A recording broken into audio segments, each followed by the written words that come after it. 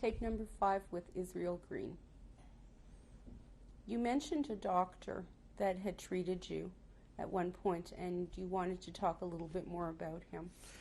So, we've been getting sick and typhus.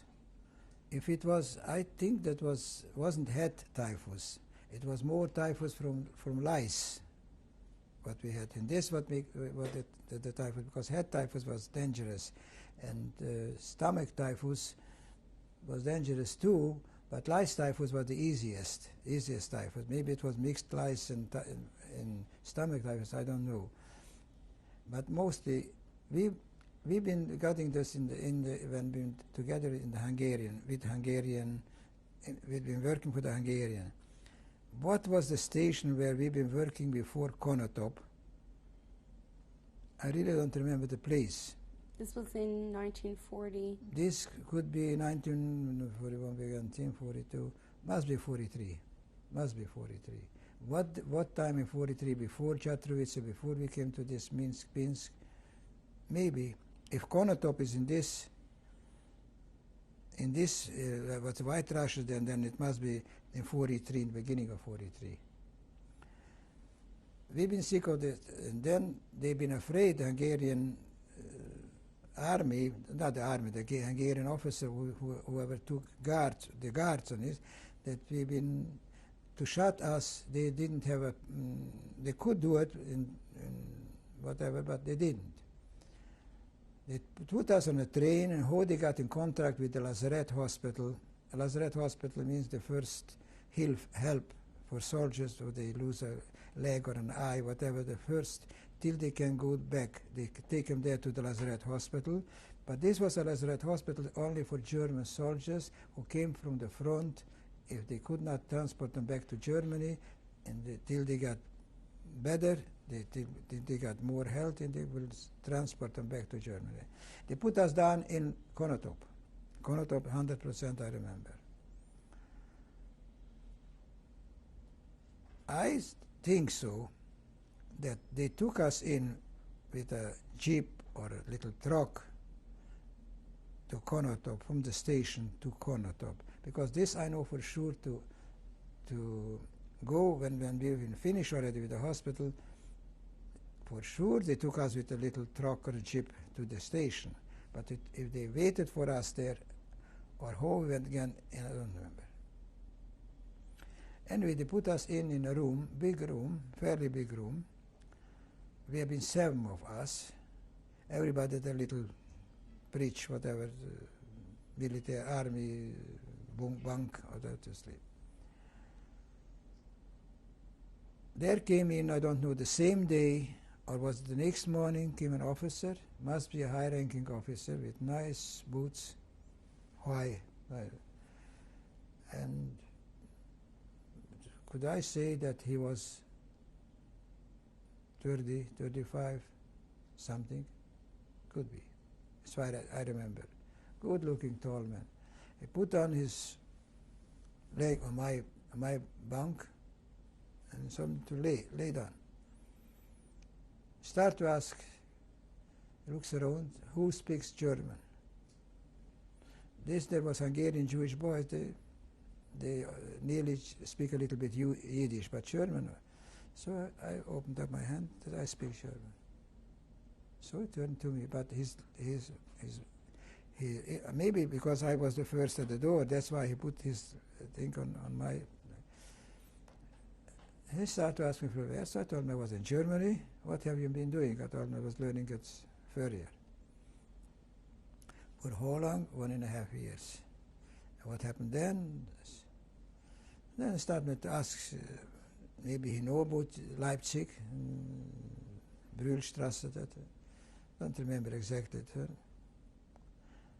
You know that my sickness, this time I remember that I always knew that under the rafter I have a box of chocolate.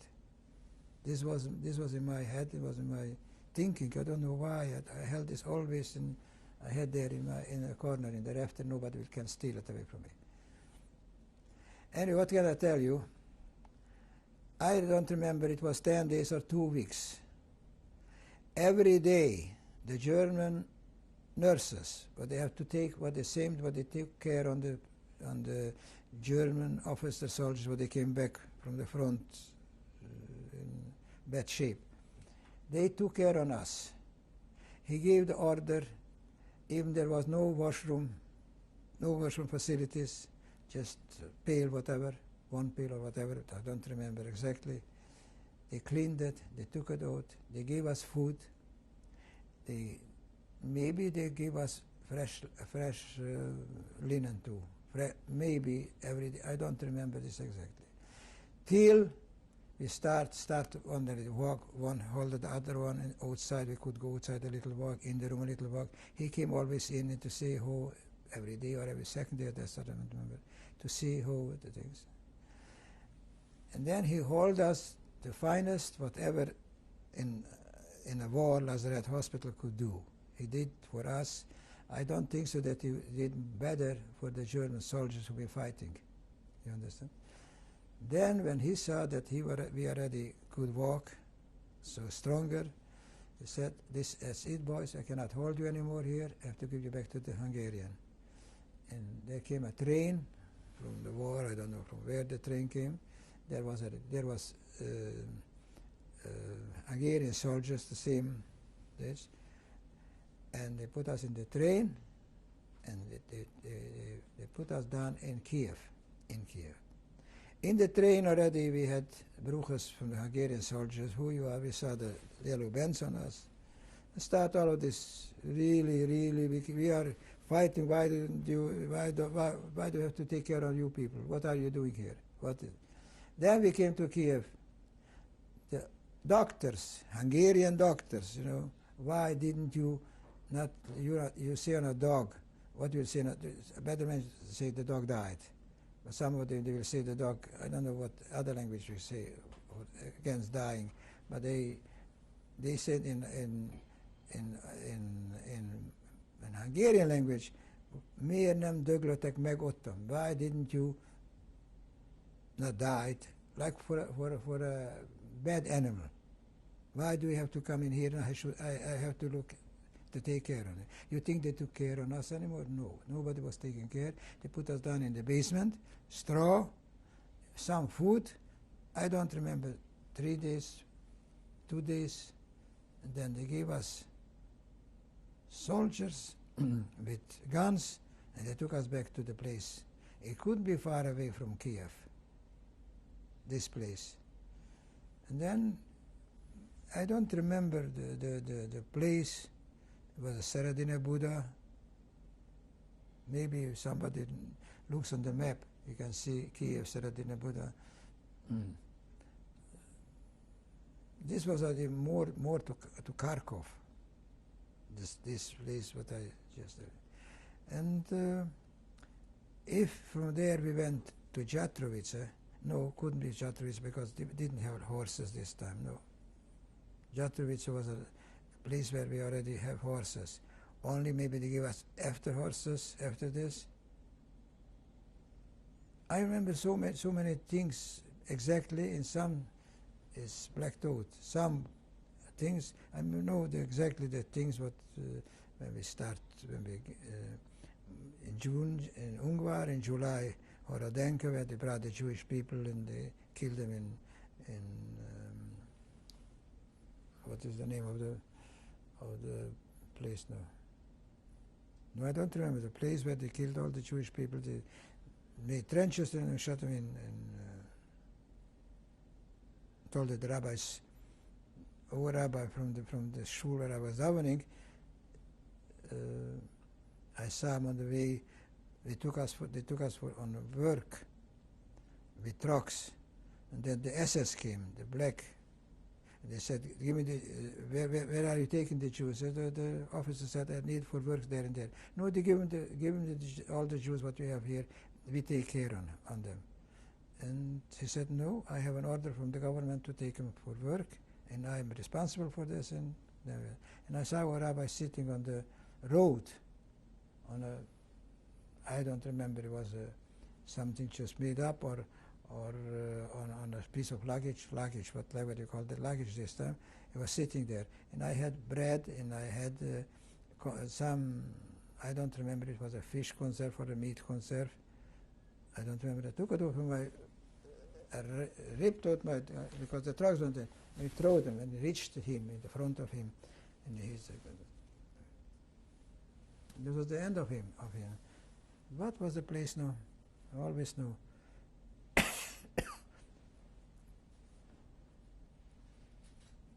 Poltava, where I think, where they killed and he was there. The daughter was there with her husband on the place there, and they said nothing. They don't even see that there was a mass grave. Don't see anything. It was sinking down. Children are there playing in green grass, etc. And there is only in Russian language that here they killed. They don't say that I don't remember. He told me that Jewish people lie there, or they just tell. I don't know. Then they made up a plate, a marble plate, to the monument, and they put it there. That's what the daughter told me. She was there with her husband. Do you remember the name of the German doctor? Oh, where the doctor? Of the German doctor No. that treated you? No, never know the name. We didn't have a nerve to ask a name. German officer, high officer. You know, when I tell this for fanatic people, they say it wasn't a doctor, it was an angel. You know, but it was a doctor, it was a tall officer, and it must be the officer, the head guy from the Lazareth Hospital, must be, not. But if you tell a fanatic, it's an angel. But this rabbi, when they took out the remains from my brother-in-law, he said, Nissim, Nissim, Nissim. I called him to help him. He said, Nissim, Nissim, Nissim. Do you know what Nissim means? Miracle. What was the miracle? A day before it was raining schrecklich. This day when they took out, wasn't raining. When they finished the job, when they took the urn to Minsk, was terrible raining again. But the Nissim, everything. To find them, everything was Nissim. And if you believe in Nissim, then you have to believe in something. You have to believe, no? Nissim, in Nissim is not it happened like this. Nissim. Why other people being killed in etc. there in I don't know. This is what happened. Nissim. Why they took my brother from Holland away, and my sister they took away a beautiful girl. Took away to Riga. What I say to Riga? There they had another concentration. There they had trucks or whatever, and put them in trucks and gassed them, something like this. And the whole thing wasn't Nissim that all of these people who get out from Auschwitz, the Germans couldn't do it anymore or whatever. I don't know. You have to believe there is something what is above you. And if you believe that, you have something to hold on to it. Go to Israel, if you see hear stories from people here. Everybody has, why he's alive must be because something again, miracle, just miracle. I read in the Jewish paper, there is a New York Jewish paper. A woman writes, she's alive. She writes she was in England, in Lyon in Paris. They lived in a small little room and a small kitchen, and they had a door to go out because the problems they just catch people and took them on trucks in Auschwitz. Then they knock on the door. This is a true story because she gives her name and where she knocked on the door. What happened? Come in, a guy. Razia. What is Razia? Been told you have weapons. Weapons. Yeah. You have weapons. He said, go ahead and look wherever you want. He tried here and there and there and looked all over. He didn't find. They didn't have weapons. Then he puts the tefillin. Oh, there must be secrets, something secret is. He started to take out a knife. He wants to cut the dough. The goose was very, as I said, her father was very religious. He said, sir, before you do it, I am a religious Jew. This is this and this and this and this, and inside you'll find only whatever is written. And he stopped. The guy stopped. And the guy stopped. He said, I'm a Catholic, and I believe in this, and I see that you are an Orthodox Jew. No, I'm not going to do anything to your tefillin. But I warn you, you will go out from here. Don't go out this way, because the other way, if you go out, there is my partner who waits for you outside, and that's it. Go the other way. They went out the other way. He came out of the night, and they find another guy, a Jew, on the street. Where are you going? We don't know. From where? He said, you know what? I have already a place where to stay. Go to this place where I was up to know. They don't come to this place anymore. And go there, and you will, I hope you will get. And they went to this place, and it was a story. They saw one man stretched who died, and anyway, and they got, this was a day or 2 days before they've been liberated. So do you have an S for the tefillin? The guy was Catholic, strong believer in Catholic, but he didn't believe. But as he came to this, he decided. You can see a lot of things like this. I have the paper still here. I buy once a week. I buy the paper. You know,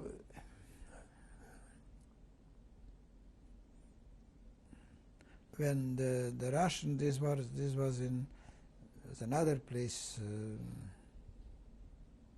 What was it? Bolgomoshe. When it comes to Bolgomoshe, we've been sleeping in a mother's in a chazar. What do you call it?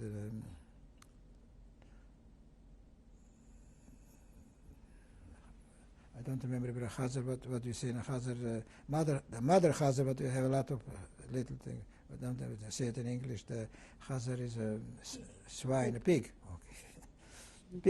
Pig stall, wonderful. There was wonderful. To stay, it was warm. There was little straw, and the three brothers together were living in this pig stall. Then came an order before. Matter of fact, my brother-in-law's brother died there in Bolgomoshe, and we buried him in the forest. We buried him in the forest. They will ask me today. Nobody's left, I think, from his family. Nobody left, and his brother. I didn't worry about it that he is dying. He could take him out from there and bring him out, but he's not alive anymore. He's stingy, but he made a lot of money. But beside this, he didn't bother with him. Okay, he could. With effort that I put in here, easier effort could be there, take him out from Bolgomoshe, because it was in a forest, nobody was bothering, and it was buried there. We buried him there, the whole thing. Then, yeah, they came, I don't remember, it was afternoon, everybody packed in because the Russians are coming. So you saw the Russian coming on the hill, coming down, and somehow they've been staying there, They didn't come down. We saw the Russians, with naked eye you could see them. And there was only one way to go, one way, and the soldiers, Germans, Hungarian, forced labor people, everybody went this way. And the Russians been bombing the road. Why? Here fell a bomb, and I'm still alive. For why? Must be something. Not only me, you know, in the Russian, when they shoot the bombs, it's not a bomb, only like a candle. Like you could see the whole thing, candle lighting when the bomb fell. Or before the bomb fell, the Katyushas, with a lot of candles, you could see it. I don't know. This is what happened, and we are still alive, and we are still here. And again, as I told you before, Canada is a good country, only Moses was hard. He couldn't speak properly.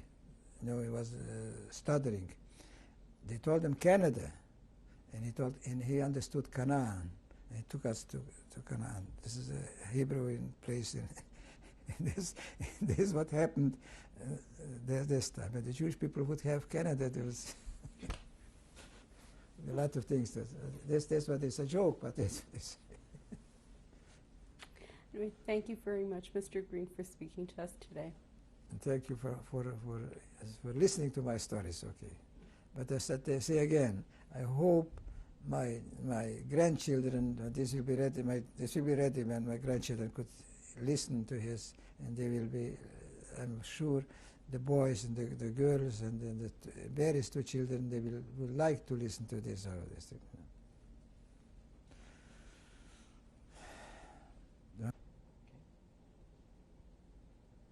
Okay, could you tell us who's in this photograph? The right side is Sarah. Okay, and who is that?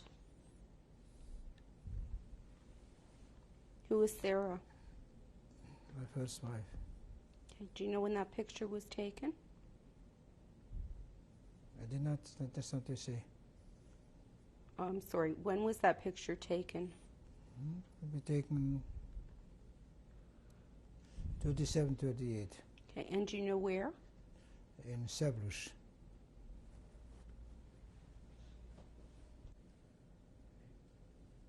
Okay, and who's in this photograph? Same. Okay, and who's the child? I don't recognize the child, but must be my child. Otherwise, she wouldn't have it in her hands. Okay, do you know what year this was? Must be the same year to the beginning of 37.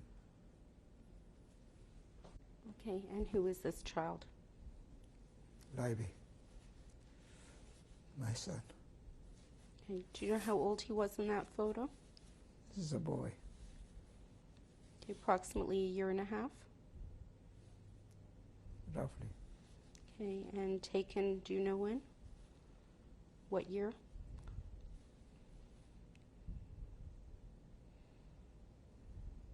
The picture was taken the 36, 37, end of 37, something. Okay, and again, who is this child? He's Libby again. Okay, how old was he here? I didn't understand what you said. How old do you think he was here? This was ready later on. Must be 3.5. Okay, what happened to him? Never came back. He went with the mother.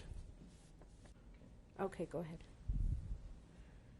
Okay, you are on the right-hand side, and who's Right. beside you? This beside me is my brother-in-law. He's passed away. Okay, what was his name? Shamu, Levi Shamu. Okay. This is his wife, Do you remember her name? Helen, and this is the daughter who've been hiding. They've been hiding. This is her second marriage. Okay. Do you know any of the other people in the photo? Yes, this is my sister. Wait a second. This is my sister who lives in Vienna, Freidu. The lady standing beside you? Beside her, No, the lady standing directly beside you. beside me. This is my sister, Okay. Freidu, in Vienna. Mm-hmm. And this is my brother, Ulva Sholem. They died in Israel. The man standing in the center. Yeah, right. Then sitting again is my brother-in-law, who died in Israel. This is my sister, Sarah. Mm-hmm. Oh, I'm sorry, I mixed up this. This is Rivchu, who lives here. Okay, this is the sister This standing is Rivchu, beside you. right? And this is my brother, and this is the sister who lives in Vienna, Okay, her name? Freidu. This is Rivchu, Okay. and this is my brother Yossi, who lives in New York right now. Okay, and do you know when that was taken? Looks to me, I'm not sure whose occasion. I was in Vienna, and this was taken in Vienna. In 1950? I think so, because let's just see again. No, her husband is not there and her husband is not there. Then this was taken in Romania. They've been married, somehow became together, and she wasn't married and she wasn't married. Okay, so the two couples that are seating were The two married and the couples two and this sisters couple, standing that's were right, not. Okay. Okay, and who is in this photo? This- Sorry, who is This in is this? my wife and me. Okay, and do you know when that was As far taken? as I know, this must be taken here in Canada, according to the tie and according to, I think she was pregnant this time. Okay, and your wife's name is? Pardon? Your wife's name? Ethel. Thank you. This is my wife, standing.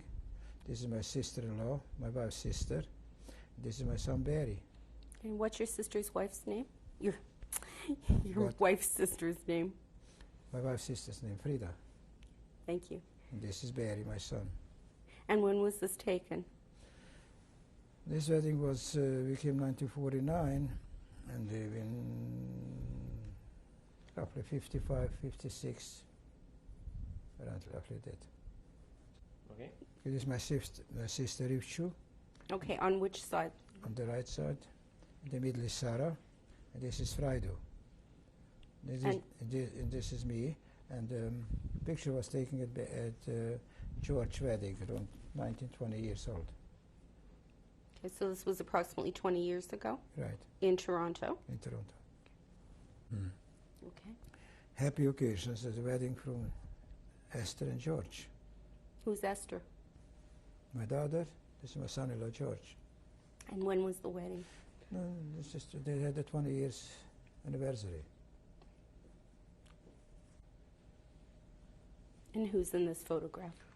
This is my daughter-in-law. No.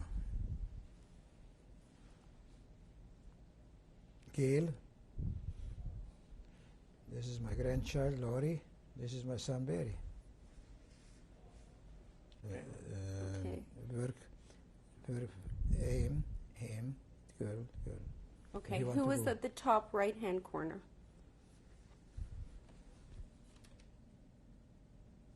Who is that? Yitzhak Menashe Jeffrey Rottenstein. This is my grandchild. Okay, and the girl below him? Below him is this Riva Leah, my grandchild again. Okay, and beside her? Beside is Penina Malkachana, Penina, Okay, my and, grandchild. and the boy at the And the top? boy is Yona.